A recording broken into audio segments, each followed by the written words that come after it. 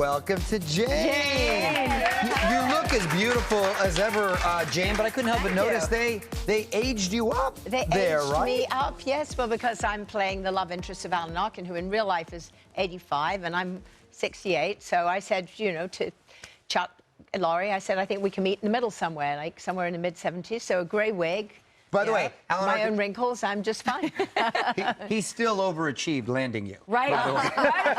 He did. My character ought to be like, whoa. In the show, you know, we were dating 50 years ago, and then we had long marriages, and our spouses have now passed, and we find each other randomly. It's really beautiful, and the chemistry is great. And in real life, did you go out and meet Alan's wife? I think that there had to be, listen, when you're Jane Seymour and you're the triple threat, and you got everything going on, it's like, you gotta make sure that's good. Sure. It was the cutest thing. He said to me one day, after he read the thing that we were going to be kissing and making out, he said, would you have brunch with me and my wife, Suzanne?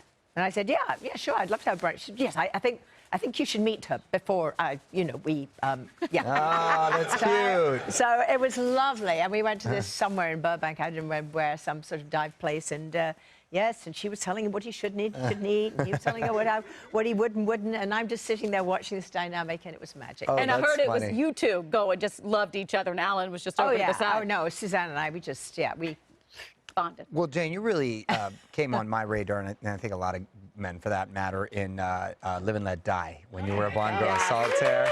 That's before you were born, Mario. Oh, but I have all the Bond films, actually. Okay. I love all the Bond. It was my favorite. And how many times do people come up and still will reference that? I know they have conventions, and they have people that...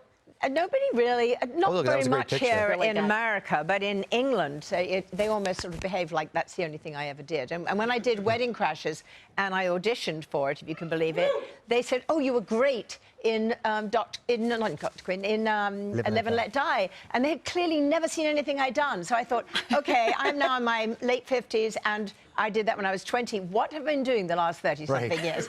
Like, clearly not on your radar. Power of a Bond girl, because they play those movies over and over. Yeah, they do. Like, I thought you were going to go Wedding Crashers and the kitty cat, because I know people must come to the kitty cat. No, that was fantastic. Oh, is that great? You know what's great, though? Playboy, and you've been in it 3 times, and the last one that you did, I love what you wrote, how you've never felt sexier at this age. It's true. Well, first of all, I have to, you know, say that I've never been actually naked in Playboy. No. That's true. Which You were means clothed. that I have never been paid to be not naked in Playboy. But that's ironic, by the way. You're in Playboy with clothes. Yeah. But I just think I thought it was crazy that they were asking me to do it. But at the same time, I knew that it would be beautiful, and I knew that they were not interested in me being naked. But I think, you know, a woman who can be sensual at any age is empowering for other women.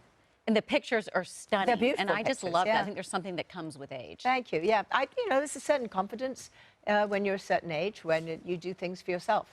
Good for you. Good for you. And your film, Somewhere in Time, is, of course, a cult classic. And there's actually a convention held every year, correct? There's a Summer in Time enthusiasts like weekend at the Grand Hotel in Mackinac, where we filmed it. And I went there last week, and I took my twin sons, Johnny and Chris, and my daughter Katie, and my granddaughter, who's just discovered the movie, Willa. And there we all were, and we all got dressed up, because everyone dressed up. There's 300-400 people all dressed up, changing clothes 3 times a day, and reenacting everything. And it was just absolute magic.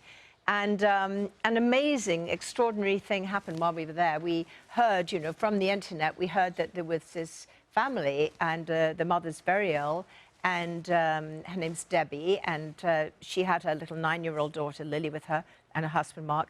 And everyone on the island was arranging for them to stay in a hotel for free, to have fudge for free, to have dinner, whatever. And I said, let's meet them here and at the hotel. So they brought them to the hotel, and the ballroom was empty.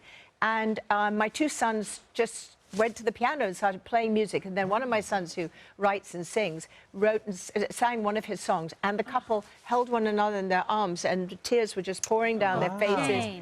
And then my little granddaughter, 6-year-old Willa, said, I have another costume to Lily. Do you want to put it on? So we dressed her up. They put on a little play, and then they had dinner with us. So there they are. Jane, these are the stories that I love the most, that are really making me... Where were you in Michigan? In Mackinac, the Grand Hotel. But, you know, and now they're becoming pen pals, which is really cool. But, I mean, you know, you have to live every moment of your life. Right. And when you find that you can just seamlessly help make memories for people, that's what Open Hearts is all about to me. And the entire island had done it, and I just got to be a little bit of icing on the cake. Oh. And my kids got involved. That was just so moving. Beautiful. Yeah. Well, not just professionally, where you've found love on the Kominsky Method, but you seem to be in a new romance now, correct? Yeah. I found accidentally a friend, somebody that's David Green.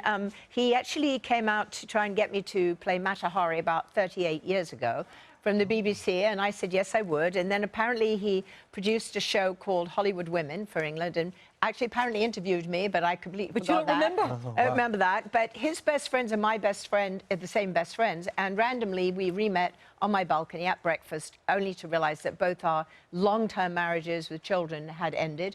Neither of us had ended them. They had ended themselves. Is that a nice way of putting it? That's a nice way to say it. And we realized we had a lot in common. Next thing we knew, we had lunch, dinner, and now we've been together 6 years. I love that. The way that He's a worked great out. director and producer, and I think he sort of almost retired until he met me, and so I was so busy, and yet he went, oh, well, reinvigorated. Let me tell you Let something so cool before we go. Jane was just up at Universal Studios. I heard a tram went by. So when you take these tours, you don't really get to see celebrities in their natural habitat, and there was Jane. What did they do when they saw you? Well, I thought, for my internet thing, I'd just wave, and then I turned to, the girl, Cherry, who was taking it. I said, they don't know who I am. And then all of a sudden they stop, and they announced it was me, and then everyone got terribly excited. And they said, we never actually see stars. Right.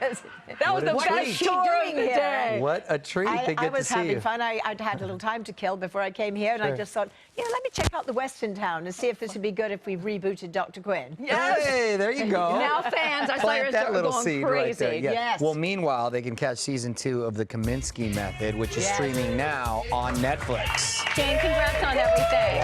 Come back and play. Good to see you, too.